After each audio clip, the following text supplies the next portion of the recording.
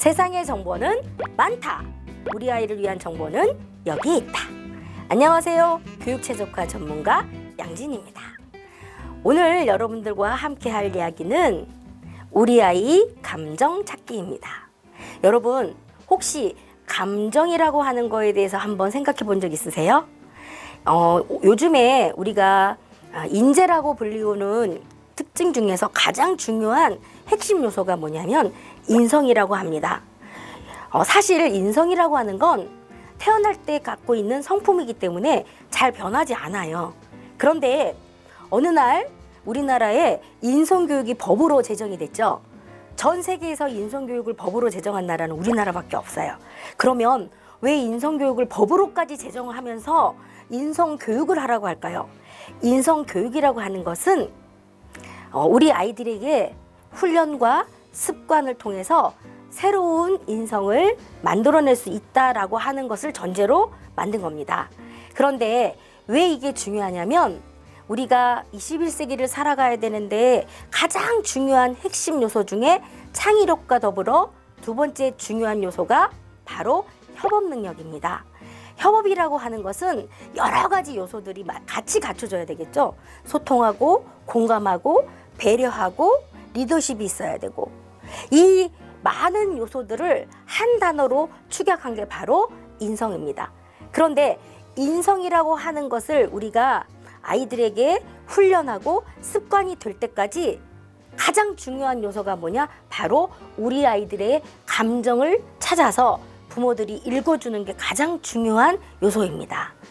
어제와 오늘 똑같은 행동을 했는데 엄마들의 기분에 따라서 아이들에게 혼을 낸다거나 혹은 그냥 아무렇지도 않게 지나간다거나 이렇게 분명한 경계가 없는 상태에서는 아이들은 늘 혼란스러울 수밖에 없거든요. 자, 우리 아이 감정 찾기.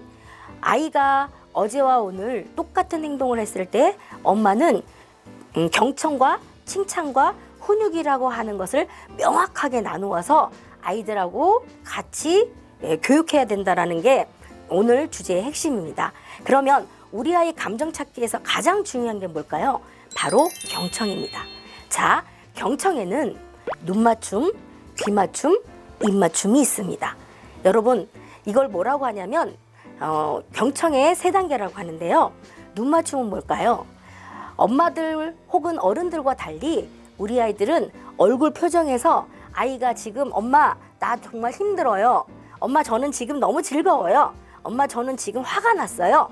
이런 표정으로 아이들의 자기 마음 상태를 다 표현하고 있거든요. 그래서 눈 맞춤 단계는 우리 아이가 무슨 생각을 하고 있는지를 읽는 겁니다. 자, 두 번째 귀 맞춤은 잘 들어주는 거겠죠. 자, 잘 들어준다라는 건 어떤 걸까요? 그냥 내가 듣고 싶은 거, 엄마가 듣고 싶은 것만 듣는 게 아니라 실제로 아이가 하고 싶은 얘기들을 충분히 할 수 있을 때까지 귀 기울여서 들어주는 엄마의 태도를 말하는 겁니다. 그런데 이런 경우가 있어요. 엄마는 들어준다고 노력을 하면서 중간중간에 아이가 이야기를 하는데 계속 엄마가 이야기를 끊어내면서 그래 울지 말고 똑바로 얘기해봐. 엄마가 지금 들어준다고 했잖아. 이렇게 한다고 하면 아이들은 어떤 생각을 하냐면 역시 오늘도 우리 엄마는 내 얘기를 들으려고 하는 태도가 아니야. 그리고 입을 닫게 돼 있어요. 진짜 잘 들어준다라고 하는 건 내가 우리 아이가 지금 하고 있는 이야기를 다 알지 못해도 엄마가 잘 귀 기울여서 듣는 태도를 보여주는 겁니다. 세 번째, 입맞춤은 공감의 언어를 통해서 우리 아이와 내 마음을 하나로 합치는 것. 자, 이거 무슨 말이냐? 아이들이 사실은요, 엄마가 잘 들어주려고 해도 아이들은 이 뇌 자체가 하나하나 차근차근 자기의 이야기를 체계적으로 설명할 수 있는 능력이 아직은 없어요.